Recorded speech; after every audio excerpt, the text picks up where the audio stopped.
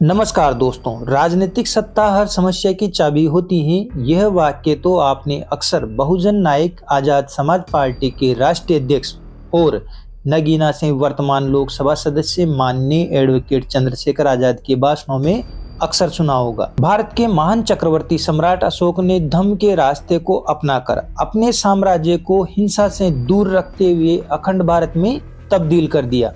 अपनी प्रजा को अपनी संतान माना और कहा, जैसे हक अधिकार मेरी संतान के लिए हैं, वही हक अधिकार मेरी प्रजा के लिए भी हैं। बाबा साहब डॉक्टर भीमराव अंबेडकर ने अपने बहुजन समाज को राजनीतिक हक अधिकार दिलाने के लिए इंडिपेंडेंट लेबर पार्टी गठित की और रिपब्लिकन पार्टी ऑफ इंडिया की नींव रखी, जिसका गठन उनके महापरिनिर्वाण 6 दिसंबर 1956 के बाद उनके अनुयायियों और सहयोगियों ने किया।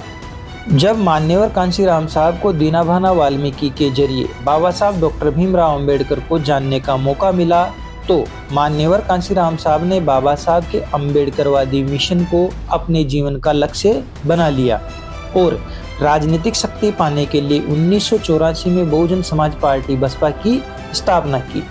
बसपा के गठन के बाद मान्यवर कांशीराम साहब ने कहा था, बहुजन समाज पार्टी पहला चुनाव हारने के लिए, दूसरा चुनाव नजर में आने के लिए और तीसरा चुनाव जीतने के लिए लड़ेगी। 1991 में अपने निकटतम भाजपा प्रतिद्वंदी को 20,000 मतों से हराकर पहली बार लोकसभा में प्रवेश किया।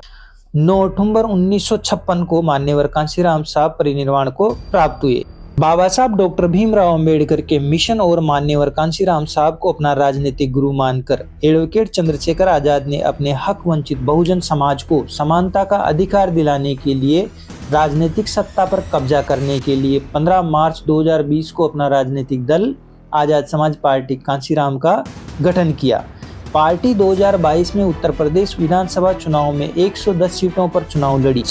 खुद एडवोकेट चंद्रशेखर आजाद भी गोरखपुर से योगी आदित्यनाथ के खिलाफ चुनाव लड़े, लेकिन सफलता नहीं मिली। 2023 में आजाद समाज पार्टी एक साथ 3 राज्यों राजस्थान, मध्य प्रदेश और तेलंगाना के विधानसभा चुनावों में उतरी।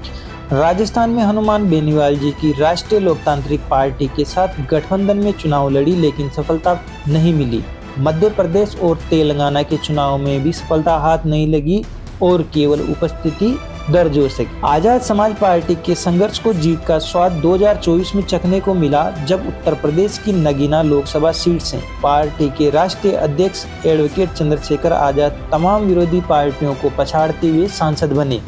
उन्होंने लोकसभा सीट पर अपने निकटतम प्रतिद्वंदी को 1,51,000 से अधिक वोटों से हराया। 25 जून 2024 को उन्होंने लोकसभा के सदस्य के रूप में शपथ ग्रहण की। इस तरह भारतीय संसद में अम्बेडकरवाद की एक मजबूत आवाज बनकर आजाद पहुंचे। दोस्तों, अगर ये वीडियो आपको पसंद आए तो इसे लाइक करें, शेयर करें और चैनल को सब्सक्राइब करना न भूलें। जय भीम, जय भारत, जय संविधान।